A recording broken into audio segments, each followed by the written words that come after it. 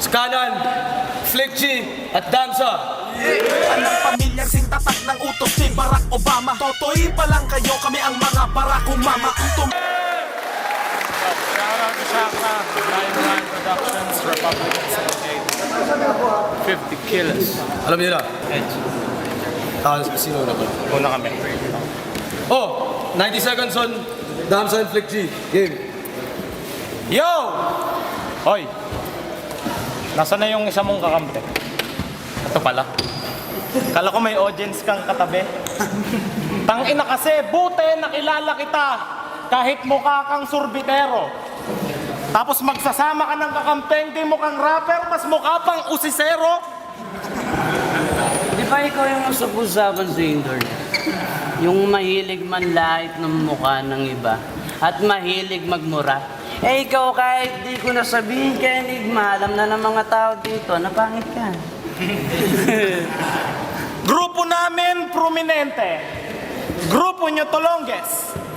50 Kilos Republican versus Buhawi ng Kapis at Sikihor Finest.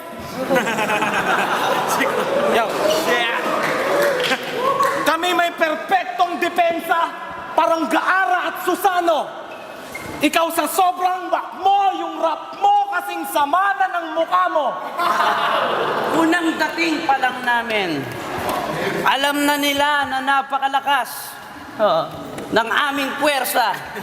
Gusto mong gayahin yung ginawa namin palabas kaganina, magpasaksak ka muna sa akin ng letra. Yo! Kayong mga pakatay na kabayong mabantot sa kamalig. Ang laki ng bunganga mo para kang kinantot sa gilagid. Hindi ka nagagaling kahit sa ang santo ka pamanalig. At isa ka lang din sa mga pipitsuging rapper na di nakalusot sa balakid. Time!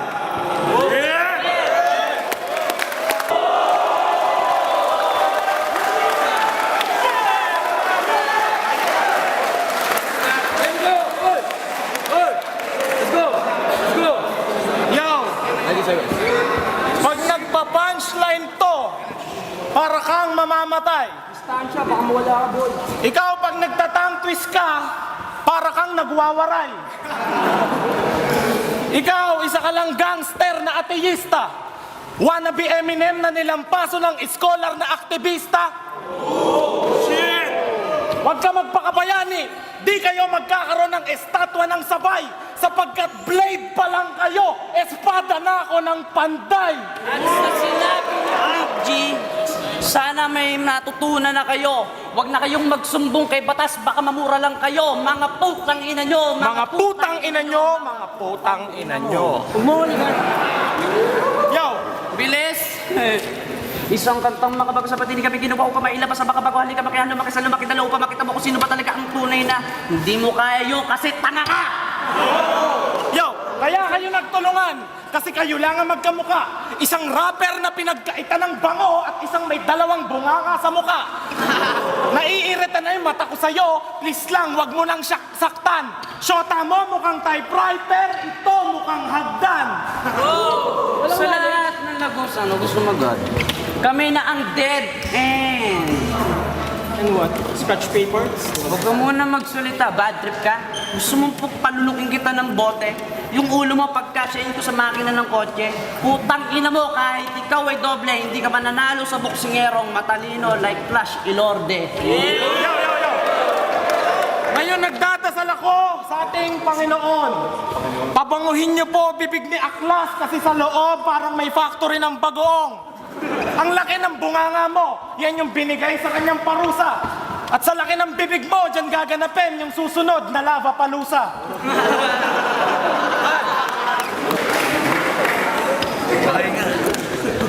Yup. Oo. Okay na kami. Kahit na wala na nung sa nauna. Eh ikaw kapag ginagaya mo yung bilis ng mga sinasabi namin, tumatapon ng sarili mong bunganga. Yan? Yun ang ibig sabihin ng katangahan mo. Di ko na kailangan pabagitin ng pangalan mo. Baka mamaya umabot yung bituka mo sa bahay ko. Damay ka na. Huwag ka na magpakumpe-kumpe-kumpete. Hindi ka tao, putang ina mo. Katropa ka rin ni Kokey, kaya mukha kang butete. Yo! At ikaw, sino ka? Para ikay aking kabiliban. Eh, ang pinaka-talent niya lang naman ay ang mabilis siyang labasan. Tsaka na kita titingalain kapag nakagawa ka ng himala. Si Saito, kunin mo nga. Papugiin mo bigla. Joke lang to.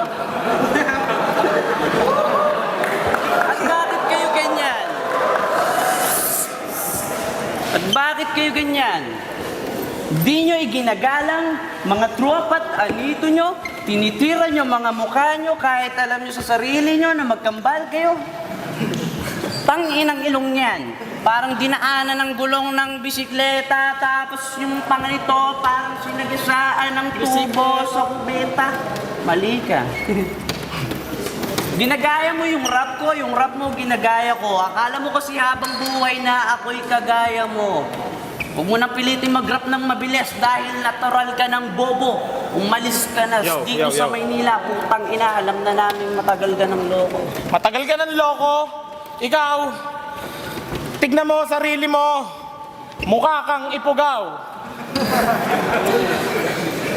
Isang baka, isang kambing na may lahing kalabaw. At ngayon, o kaya gumawa ka ng kakaibang talento. Mag-jogging ka sa apoy o mag-swimming ka sa semento. Na! Maging mongoloid ka rin, katulad niya, ikatutuwa pa namin. So fuck you ka, tang ina mo, kain kabuhangin. Time!